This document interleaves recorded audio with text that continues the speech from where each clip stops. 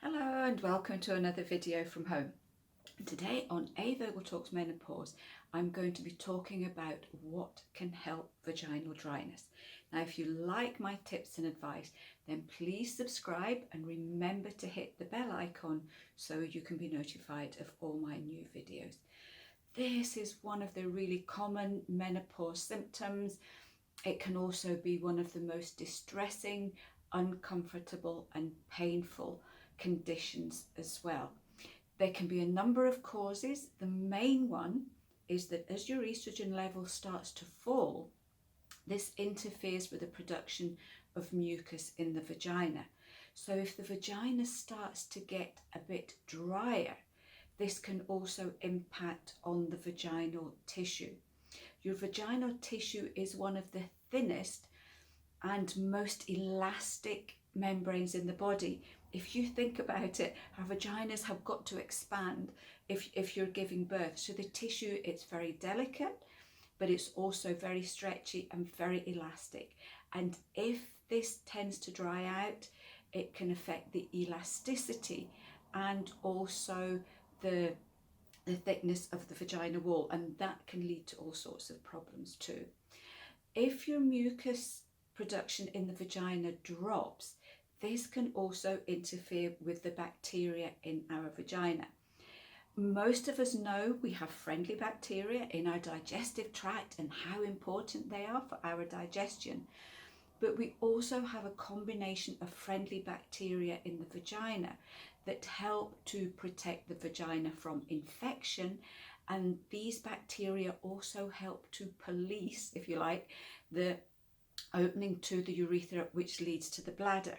So as you can see already, if dryness occurs, it can have a huge knock-on effect on all different areas of our genital health.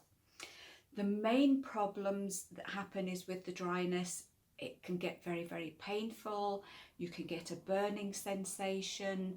You may find that you start to have pain on intercourse. Remember, if the elastic walls are not expanding enough, then that can be very, very painful.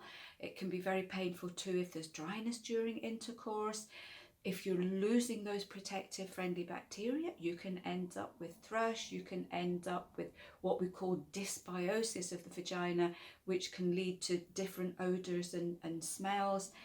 You can get itching, and you can also be more prone to urinary tract infections such as cystitis.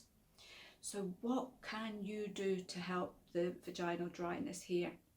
There's a number of things that can help, but at the end of the day, if you are suffering, if you try these tips and they don't help, then please, at some point when you can get out to see your doctor, is just get everything checked out just to make sure that it's not a long-standing or stubborn infection that's going on.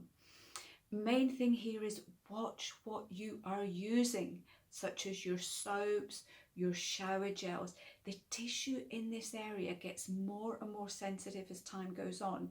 So if it's already drying out and you start to use harsh soaps or bubble baths, then this can just make the situation worse. So look at very, very gentle washes. Try and go for natural ones, organic ones. I find just a very simple soap, olive oil soap, a pure olive oil soap can be really helpful, and it's very nice and soothing. Watch also your washing powder for your underwear. You know that this area is sitting next to your underwear all day, and if you've again used harsh soaps or chemicals, that can continue to irritate the vaginal area right through the whole of the day.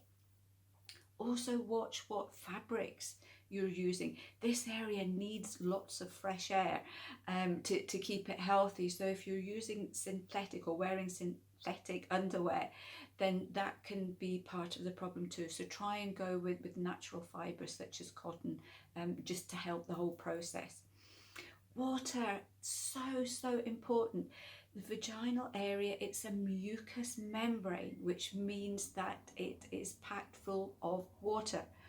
And if you are dehydrated during the menopause, which the majority of women are, because falling estrogen can impact on the way your body keeps itself hydrated, then one of the first areas to suffer is the vagina. So loads of water every single day, over and above what you're already drinking. And sometimes that by itself can make a huge difference. So it's definitely worth trying. Cut down or cut out drinks that dehydrate you further. So that will be things like coffee, alcohol, your fizzy drinks, and sometimes even fruit juices are not that particularly good for you. So really important here, keep those ones to a minimum.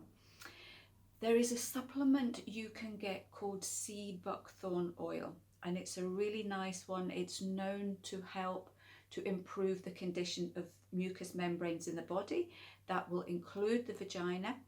Very often with vaginal dryness, you might find that you get dry mouth, dry eyes as well, and dry skin. So the sea buckthorn oil is a lovely one because it helps in all these areas. If you're getting prone to bladder infections, if you're getting itching, if you're getting things like thrush on a regular basis, then you could think about taking a vaginal probiotic. Again, this is something that very often can work really quickly, so it's certainly worth adding in maybe for 2 or 3 weeks just to see if it's going to help you. If you are finding intercourse painful, if you're a little bit dry, you can get really good natural lubricants, and this is really important because some of the over-the-counter lubricants that you can get, they're full of chemicals, and if you're already really sensitive, they can make things worse. So all I would say here is pop down to your local health food shop if you can. They will have a range of natural lubricants that can very often be really helpful. Aloe vera gel, this is a lovely one if you are burning, is you keep it in the fridge. Make sure it's a pure organic aloe vera gel. Again, you don't want to be using anything that has preservatives in it. You can also look at something called St. John's wort oil. We have a really nice one if you are getting a lot of nerve pain, because some women find that as everything dries out, this starts to irritate the nerves in the vagina area, and this can be very painful. So if you find that you're getting a lot of pain and discomfort, then St. John's wort oil is a nice one for calming down the nerves and easing the discomfort in that way. As I mentioned before, if you have tried these tips, if you find that nothing is working, then do pay a visit to your doctor. They can offer you estrogen pessaries.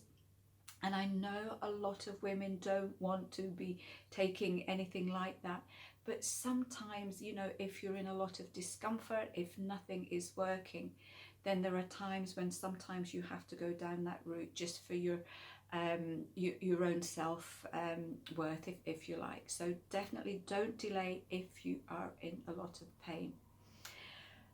The other thing that a lot of women tell me can be really helpful is organic coconut oil. This is the oil that you can use for cooking, and this is a lovely one for dry skin generally. So certainly have a little bash at that one if you want to do it, especially if it's in your cupboard already.